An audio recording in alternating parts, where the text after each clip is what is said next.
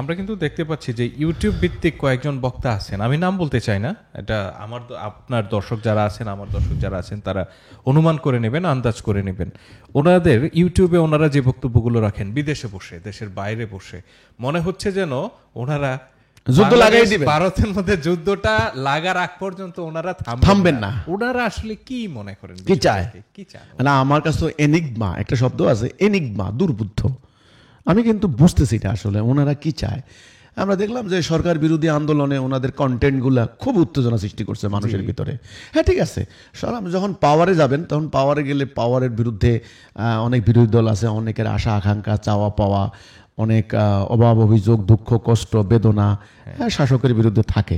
সেই হিসেবে সেগুলিকে কন্টেন্ট বানিয়ে প্রচার করলে সেটা মানুষ দেখে, মানুষের সাপোর্ট পাওয়া যায়, সেটা একটা প্রয়োজন ছিল। কিন্তু এখন দেখতেছি বিদেশে বসে, যেমন দুবাইতে বসে, ধরেন সৌদি আরবে বসে, মালয়েশিয়া বসে, আমেরিকা বসে কন্টেন্ট বানাচ্ছেন, উস্কানি দিচ্ছেন, ভারত বাংলাদেশ মারামারি লাগলেই কেমন যেন শান্তি। এইগুলো আসলে আমার কাছে ভাই দুর্বুদ্ধ লাগে, এনিগমা লাগে। আমি আসলে এইগুলির ক্ষেত্রে সাপোর্ট করছি না। আমি বাংলাদেশে যারা ভেতরে আছে, আমরা যারা আছি, চাপটা তো আমরা বুঝি, দুঃখটা আমরা বুঝি। এখানে আপনি আমেরিকা বসে তো আমার দুঃখটা বুঝবেন না সত্যিকার অর্থে। যেমন ধরেন 5 তারিখের পর আমার গরুর খামার 200টা গরু, এর তো 10 দিন পরেই তো শুরু হয়ে গেল আপনার বন্যা, মানে ফেনী নোয়াখালীতে ব্যাপক বন্যা। সেটা নিয়ে কি দুর্গতি গেছে আমাদের। 5 তারিখের মধ্যে বিকেল থেকে শুনতে পাচ্ছি আমার খামার লুট করবে। চিন্তা করেন। এবং এটা আমি বিশ্বাসও করছি। কেন বিশ্বাস করছি? দেখছি অনেক খামার লুটপাট করে নিয়ে গেছে, গরু নিয়ে গেছে, ছাগল নিয়ে গেছে প্রকাশ্যে বাংলাদেশে। আমার এই যে মানুষের ক্ষুদ্র ক্ষুদ্র ঋণ একত্রিত করে আমরা সমবায় ভিত্তিতে আমরা খামার দিয়েছি। একটা গরু লুট করা মানে 2-3 লক্ষ টাকা নাই, আমি এই টাকা কোত্থেকে দেব? খামার লুট করবে, মাছের খামার লুট করবে, সে পর্যন্ত হুমকি পেয়েছি। তো এখনও আমি বাংলাদেশে নিজেকে নিরাপদ বোধ করতে পারছি না। আপনি বলেন, আমি কোনো একটা মার্কেটে ওপেন অন্য 8-10 জন মানুষের মতো হাট বাজার করা, এটা আমার অধিকার না? কিন্তু আমি আজকে নিরাপদ বোধ করতে পারছি না। কেন পাচ্ছি না?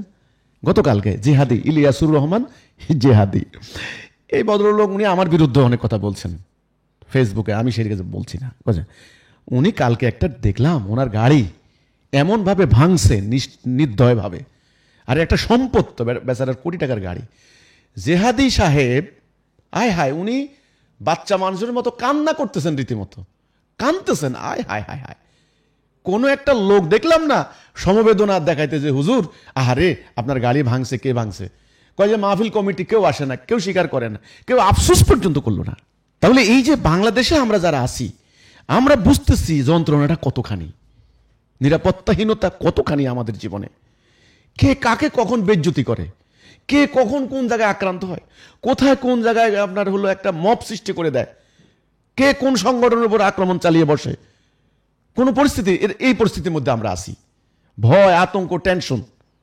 সেখানে আপনারা যদি ওই যে বাইরে থেকে যদি কন্টেন্ট বানিয়ে উস্কানি দিয়ে ভারত বাংলাদেশ মারামারি লাগিয়ে দেন, আমরা তো মারাত্মক ইনসিকিউরিটির মধ্যে আছি। এটা আপনার এই যে আমি গতকালকে জেহাদের কথা বললাম, ওনার গাড়িটা ভাঙলো, কেন ভাঙলো দেন? কারা ভাঙলো? ইন্ডিয়া থেকে লোক আসে নাই, হিন্দুরা ভাঙে নাই, পরিষ্কার ওনার কথা বোঝা গেল।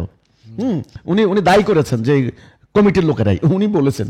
তো এই যে মাহফিলের মধ্যে এক হুজুর আরেক হুজুরের বিরুদ্ধে এই যে উস্কানি দিচ্ছেন, এই দিনের দিন নয়, দিন তো আরো আছে, তাই না? ফেতনা তো নিজের দিকে ধাবিত হয়। উস্কানি দিচ্ছেন, অমুকরে উত্তেজনা করো, অমুকরে এই করো ওই করো। এর আগে দেখলাম হবিগঞ্জের একজন মাহফিলের বক্তা বক্তব্য দিয়ে আসতেছে, রাস্তা ধরে জিব্বা কেটে দিছে। এর জন্য র্যাব গ্রেপ্তার করছে, কিন্তু সে তো করছে কারণ অনুসারীদের মধ্যে তো সবাই সমান না। তো বাংলাদেশে কিন্তু আমরা এই থ্রেটের মধ্যে আছি, আমরা এই কষ্টের মধ্যে আছি, এই যন্ত্রণার মধ্যে আছি। কখন ডাকাতি হয়ে যায়, কখন হামলা করে বসে। থানার পুলিশ যদি বলে ভাই আমাদের নিরাপত্তা নাই, ভাই আপনাদেরকে কি করে নিরাপত্তা দেব, সেফটি দেব? দেখেন, আমরা একটা জনসভার অনুমতি চাই, অনুমতি দেয় না, কয় যে নিরাপত্তার সমস্যা আছে। কি নিরাপত্তার সমস্যা আছে? তো আমারই তো মানবাধিকার নাই এখানে। তো এই হলো যখন বাংলাদেশের ইন্টারনাল সিচুয়েশন, আমরা অনেক চাপে আছি, আমরা অনেক প্রেশারে আছি, অনেক সমস্যার মধ্যে আছি নানান দিক থেকে। আপনি বলতে পারেন যে আপনি হিজবুত তৌহিদ করেন, এই জন্য আমার মতো আরেকজনও একই অবস্থা। তো এই জন্য বাহিরে বসে বসে কিছু কন্টেন্ট ক্রিয়েটর ওনারা তো ইদানিং এখন সোশ্যাল বলে কি বলে ইনফ্লুয়েন্সার হয়ে গেছেন, যথেষ্ট ইনফ্লুয়েন্স ওনাদের, অনেক লক্ষ লক্ষ ভক্ত। এটা তা আমি বলবো এটা লক্ষণ ভালো নয়। এই যুদ্ধ লাগিয়ে দেওয়ার জন্য উস্কানি দেওয়া ঠিক না, বরং এটাকে কি করে আমরা নর্মালাইজ করতে পারি, স্বাভাবিক করতে পারি, হ্যাঁ এটা হলো কথাটা। এটা আমাদের, কারণ আমরা প্রেশারটা আমরা বুঝতেছি কতখানি প্রেশার।